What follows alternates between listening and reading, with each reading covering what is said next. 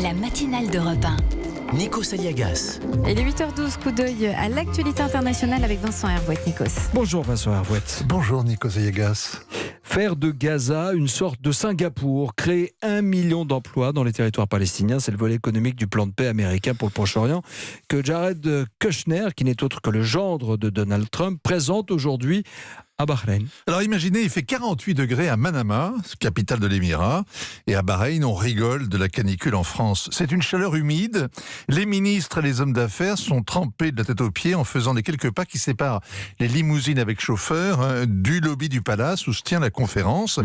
Et ce coup de chaud sera leur seul contact avec la réalité. C'est une conférence hors sol. Elle se tient dans un coin de désert climatisé, dans un entre-soi absolu. Les Palestiniens la boycottent, les dirigeants israéliens ne sont pas conviés.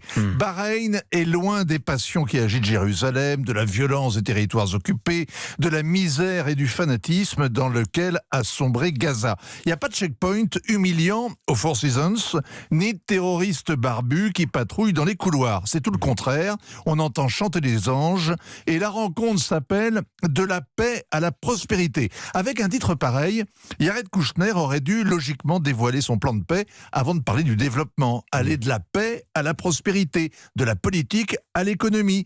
C'est un travail d'Hercule et un Rubik's Cube diplomatique auquel il se consacre depuis 2 ans et on est curieux du résultat. Mais à chaque fois qu'il doit présenter le deal du siècle, comme dit son beau-père, eh bien, les événements l'obligent à tout remballer. Les élections anticipées en Israël l'ont empêché de mettre carte sur table au printemps.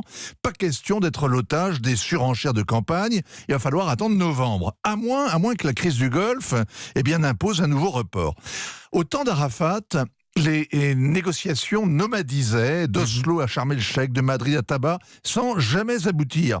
Avec Jared Kushner, c'est le rendez-vous qui bouge tout le temps, mais le résultat est le même. Ce plan, c'est la version arabe de l'Arlésienne.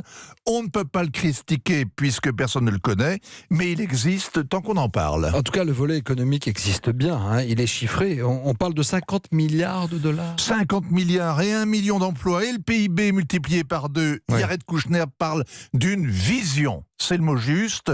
Il fait si chaud à Manama, à Bahreïn, qu'il y a même des mirages. Les Palestiniens accusent les Américains d'acheter la paix.